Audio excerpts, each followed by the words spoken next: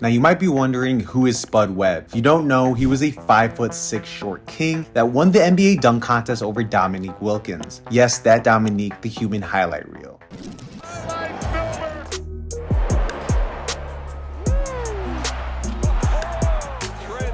But to tell the story of the shortest player ever to win, we have to start with his humble beginnings. In his teens and standing only 4 feet 11 inches tall, Webb found that he could dunk the basketball by hurling a small frame high into the air to bring himself closer to the basket. He would rush at the basket, push himself into the air, clearing the ground by more than 4 feet, and slam the basketball through the hoop. At Wilmer Hutchins High School, Webb was rejected by the varsity team and told to play junior varsity ball because of his size. He was so discouraged that he almost abandoned basketball altogether. Even on the junior high school basketball team, he found himself spending almost all of his time on the bench due to his small size. Already, he's facing haters. When he finally convinced the coach to let him play, Webb scored 20 points in his first game, a statement. He eventually made it onto the varsity team where he averaged 26 points a game and as a senior was named Player of the Year. He was also one of 10 Texas high school players to be named to the All-State team. Eventually, his dreams continued onto the big stage, the NBA. The odds were against Webb when he entered the NBA draft. Most scouts believed Webb wouldn't be drafted and he'd end up playing basketball in Europe. Spud was then drafted by the Detroit Pistons with the 87th overall pick in round 4 of the 1985 NBA draft, but was then eventually waived. I'm sure this crushed him. However, Spud never gave up. Given an opportunity to try out for the Atlanta Hawks, Webb impressed the team's coaching staff with his incredible jumping ability and was signed to a contract. For the next 6 years, he teamed with Doc Rivers to average over 10 points and 5 assists a game. Big guys try to post him up in the game. Actually, we enjoyed it because we knew what was going to happen. He always said, you use your size, I'll use my speed.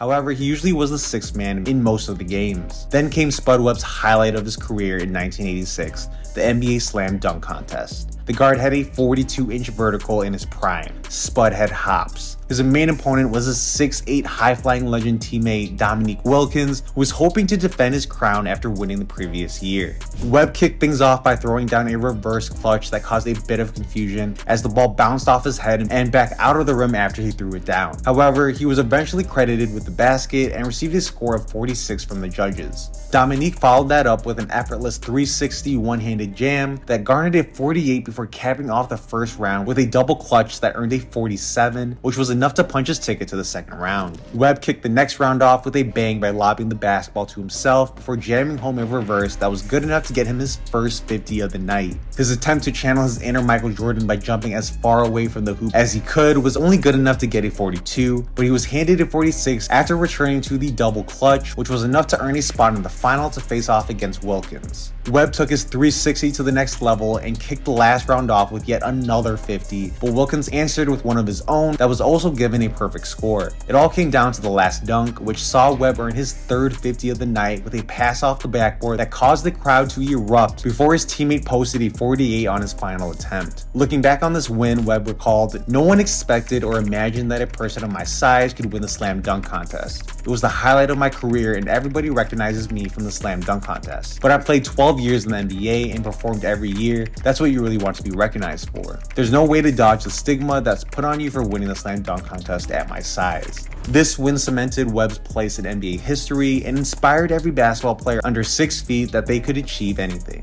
Continuing his NBA career, the Hawks eventually traded Webb to the Kings where he became a full-time starter. He posted career highs during the 1991-92 season and led the NBA in free throw percentage 93.4% in the 1994-95 season. Long story short, the Kings traded him back to the Hawks, who eventually dealt him to the Minnesota Timberwolves. He finished his NBA career in 1998 with the Orlando Magic. Although Webb somehow made it all look easy, he made it clear that his NBA career was the result of years of hard work and practice. Quote, "Most people believe that I can dunk and play in the NBA because of my God-given talent," he said. This is only half true. I also spent countless hours training to improve my jumping ability. I must have tried dunking over 1,000 times before I actually did it. I never gave up on my goal no matter how impossible it seemed, and neither should you. If there's one thing you should take away from this video, it should be to never give up on your dreams no matter how impossible it may seem. But years later, Spud Webb would actually help the second shortest NBA player to win a dunk contest, Nate Robinson. Nate Robinson stood at just 5 feet 9 inches tall and was known for his on-court energy and heart. Spud Webb walked so Nate Robinson could run. But how did Nate get there? In the 2005 NBA draft, Robinson was selected by the Phoenix Suns with the 21st overall pick. However, he was immediately traded to the New York Knicks, where he would begin his NBA career. He became known for his explosive scoring outbursts, including a historic 41-point game against the Atlanta Hawks in 2008, where he scored all of his team's points in the fourth quarter in overtime. Robinson's ability to take over games and provide instant offense made him a fan favorite in New York. However, one of Robinson's most memorable moments came during the NBA Slam Dunk Contest. But not just a Slam Dunk Contest, multiple. Guess how many times he won? Nate won the dunk contest 3 times. And yes, that is the most NBA dunk contest wins in NBA history. He won in 2006, 2009, and 2010. Fun fact, Nate Robinson actually jumped over Spud Webb in the 2006 NBA dunk contest, a nice little nod to the great before him. In the 2009 NBA dunk contest, Nate went all out with a green theme. He rocked a green New York Knicks jersey, green shoes, and even green armbands. It was like a tribute to Kryptonite as he aimed to overthrow Dwight Howard's winning dunk from last year, known as the Superman dunk. To win the contest, he jumped over Dwight Howard on his final dunk. Talk about the hype. Robinson's dunk contest campaign continued in 2010 when he donned the jersey of the Boston Celtics. Facing off against the likes of DeMar DeRozan and Shannon Brown, Robinson once again stole the show. Shannon Brown came into the contest as a fan favorite, but totally flopped on his 2 dunks. I mean, he tried to get fancy by switching hands on one dunk, and on the other, he just relied on Kobe Bryant to make it look good. It was pretty obvious that all the hype around him was just because of his crazy in-game dunks. Gerald Wallace went for some straightforward power dunks, throwing them down with serious authority. If the judges were all about raw strength, Wallace definitely would have won, but they wanted to see creativity. DeMar DeRozan, on the other hand, brought the excitement. He kicked things off with a classic between-the-leg slam and followed it up with an impressive second dunk. With his teammate Weems tossing the ball off the glass, DeRozan pulled off a sweet jam that sealed his spot in the finals. Nate Robinson stepped onto the court with the confidence of someone who's been there before.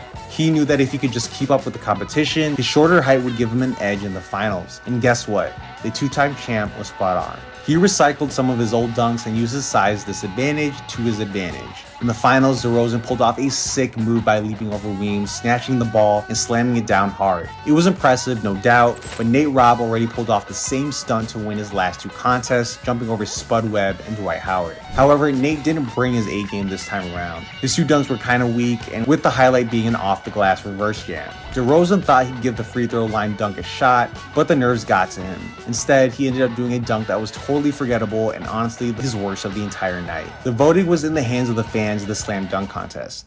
He got it the 3rd time, ladies and gentlemen, Nate Robinson! To win his 3rd and final dunk contest, the fans gave Nate Robinson the title. The contest was okay, but I'm glad Nate won. Throughout his career, Robinson played for multiple teams, including the Boston Celtics, OKC, Warriors, Chicago Bulls, Nuggets, Clippers, just to name a handful. And as a Bulls fan, I'm telling you, it was amazing to see Nate Robinson step up when Derrick Rose went down. But it wasn't just his dunking that amazed people, it was also his blocking ability. Imagine a 5-foot player blocking you. This guy was everywhere. Turning back the clock on November 11, 2006, Robinson blocked 7'6" Yao Ming during the Knicks' 97-90 loss to the Houston Rockets. It became one of his career highlights owing to the unlikeliness of the event and Robinson's own athletic abilities. And just to throw this out there, years later, as I know there are a lot of LeBron fans, Nate had a huge block on Miami Heat LeBron in the 2013 NBA playoffs. Spud Webb and Nate Robinson had the whole world against them at one point just because of their size. But their will and heart to play allowed them to succeed and be an inspiration to many. If you enjoyed this video, please hit that subscribe button. Thank you for watching and have an amazing day.